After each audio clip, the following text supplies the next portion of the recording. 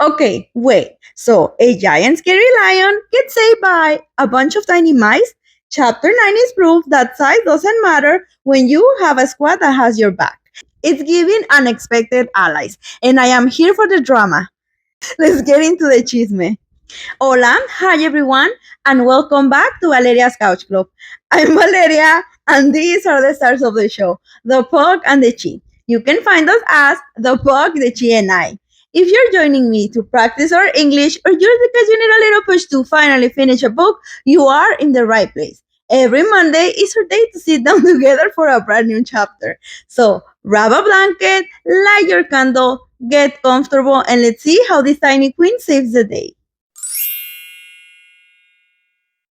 But before we start chapter 9, we have to talk about the mess in chapter 8. The squad walked into that poppy field and it was a total beauty trap. Dorothy and the lion fell fast asleep. The scarecrow and the tin woodman had to use so much exertion to carry Dorothy out. But the lion was way too heavy and they had to leave him behind. Que tristeza, besties. I was literally stressed, but today things are taking a turn. In this chapter, the Tin Woodman saves a tiny mouse from a wildcat, and turns out she's a queen. Let's begin.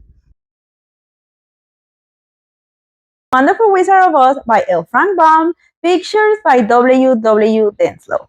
Chapter 9, The Queen of the Field Mice.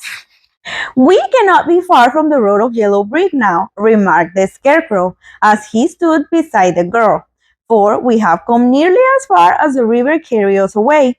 The Tin Woodman was about to reply when he heard a low growl, and turning his head, which worked beautifully on hinges, he saw a strange beast come bounding over the grass towards them. It was indeed a great yellow wildcat, and the woodman thought it must be chasing something, for its ears were laying close to its head and its mouth was wide open, showing 2 rows of ugly teeth, while its red eyes glowed like balls of fire. As it came nearer, the Tin Woodman saw that running before the beast was a little gray field mouse, and although he had no heart, he knew it was wrong for the wildcat to try to kill such a pretty harmless creature.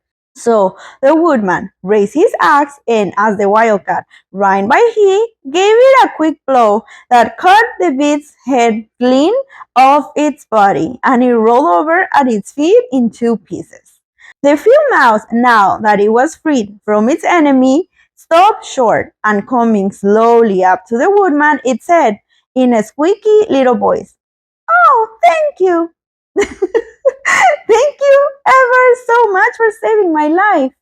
"Don't speak of it, I beg you," replied the woodman. "I have no heart, so I am careful to help all those who may need a friend, even if it happens to be only a mouse." "Only a mouse!" cried the little animal indignantly. "Why, I am a queen, the queen of all the field mice." "Oh, indeed," said the woodman, making a bow. "Therefore, you have done a great deed, as well as a brave one, in saving my life," added the queen. At that moment, several mice were seen running up fast as their little legs could carry them. And when they saw their queen, they exclaimed, "Oh, your majesty, we thought you would be killed. How did you manage to escape the great wildcat?"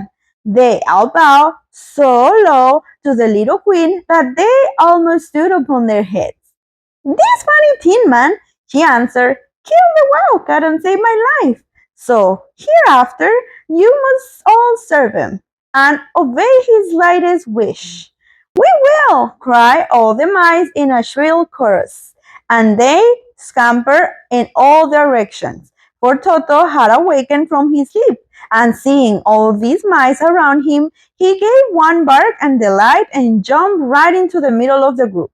Toto had always loved to chase mice when he lived in Kansas, and he saw no harm in it. But the Tin Woodman caught the dog in his arm and held him tight, while he called to the mice, "Come back, come back, Toto shall not hurt you." At this, the queen of the mice stuck her head out from underneath a clump of grass and asked, in a timid voice. Are you sure he will not bite us? I will not let him, said the woodman, so do not be afraid. One by one, the mice came creeping back, and Toto did not bark again, although he tried to get out of the woodman's arms, and would have bitten him had he known very well he was made of tin. Finally, one of the biggest mice spoke. Is there anything we can do, it asked, to repay for you saving the life of our queen? Nothing that I know of, answered the woodman, but the scarecrow, who had been trying to think but could not because his head was stuffed with straw, said quickly, Oh yes, you can save our friend, the cowardly lion, who is asleep in the puppy bed. A lion? Cried the little queen.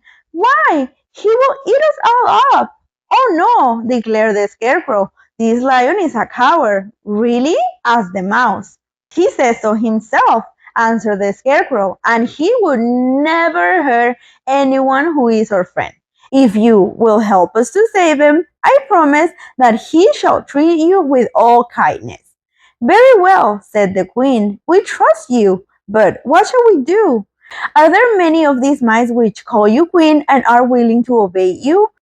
Oh yes, there are thousands, she replied. Then send for all to come here as soon as possible, and let each one bring a long piece of string. The queen turned to the mice that attended her and told them to go at once and get all her people. As soon as they heard her orders, they ran away in every direction as fast as possible. Now, said the scarecrow to the Tin Woodman, you must go to those trees by the riverside and make a truck that will carry the lion. So the woodman went at once to the trees and began to work. And he soon made a truck of the limbs of trees, from which he chopped away all the leaves and branches. He fastened it together with wood pegs and made the four wheels out of short pieces of big tree trunk. So fast and so well did he work that the time the mice began to arrive, the truck was all ready for them. They came from all directions, and there were thousands of them, big mice and little mice and middle-sized mice, and each one brought a piece of string in his mouth. It was about this time that Dorothy woke from her long sleep and opened her eyes. She was greatly astonished to find herself lying upon the grass with thousands of mice standing around and looking at her timidly.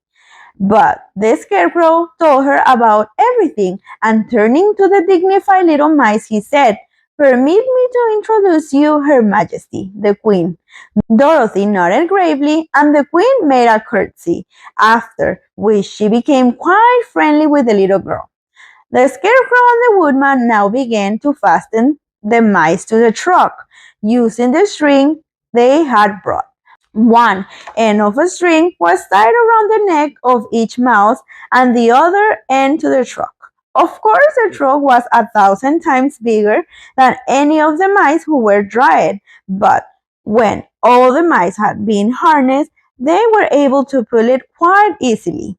Even the scarecrow and the Tin Woodman could sit on it, and were drawn swiftly by their quaint little horses to the place where the lion lay asleep. After a great deal of hard work, for the lion was heavy, they managed to get him up on the truck. Then the queen hurriedly gave her people the order to start, for she feared if the mice stay among the puppies too long, they also will fall asleep. At first, the little creatures, many thought they were, could hardly steer the heavy loaded truck, but the woodman and the scarecrow both pushed from behind, and they got along better. Soon they rolled the lion out of the poppy bed to the green fields, where he could breathe the sweet, fresh air again, instead of the poisonous scent of the flowers. Dorothy came to meet them and thanked the little mice warmly for saving her companion from death. She had grown so fond of the big lion, she was glad he had been rescued. Then the mice were unharnessed from the truck and scampered away through the grass to their homes. The queen of the mice was the last to leave. If ever you need us again, she said, come out into the field and call. and we shall hear you and come for your assistance. Goodbye, goodbye, they all answered, and away the queen ran, while Dorothy held Toto tightly lest he should run after her and frighten her. After this, they sat down beside the lion until he should awaken, and the scarecrow brought Dorothy some fruit from a tree nearby, which she ate for her dinner. And that is how 1,000 mice save a king. But before we go, let's look at our palabras con personality for chapter 9. Gratitude. Gratitud o agradecimiento. This is the you shouldn't have. The queen mouse felt so much gratitude because the woodman saved her life. Is that feeling when your bestie brings you a concha with your cafecito when you most needed it? Qué detalle, muero de amor. Obediently, obedientemente o con obediencia. This is the good person energy. The mice work obediently to help the queen. It's like when I tell the dogs to sit and they actually do it because they want a treat. Me hacen caso, pero solo porque hay comida. Summon, convocar o llamar. This is the group chat SOS vibe. The queen summoned all her subjects to help. Is that moment you send a 911 text to the girls because you need an emergency meeting. Las convoqué a todas porque el chisme está fuerte. Now we're speaking English with Alma and personality. So don't get too comfortable. Next time in chapter 10, the squad finally reaches the gate of the Emerald City. Get your green outfits ready because it's about to get fancy. If you loved our little reading session today, please leave your like and subscribe to Valeria's Couch. And also, tell me in the comments what kind of hero you guys prefer, the big heroes or the tiny helpers. I'm summoning all of you to the comment section. Don't leave me hanging, besties. Stay cozy and see you on the couch for the next one. Adios.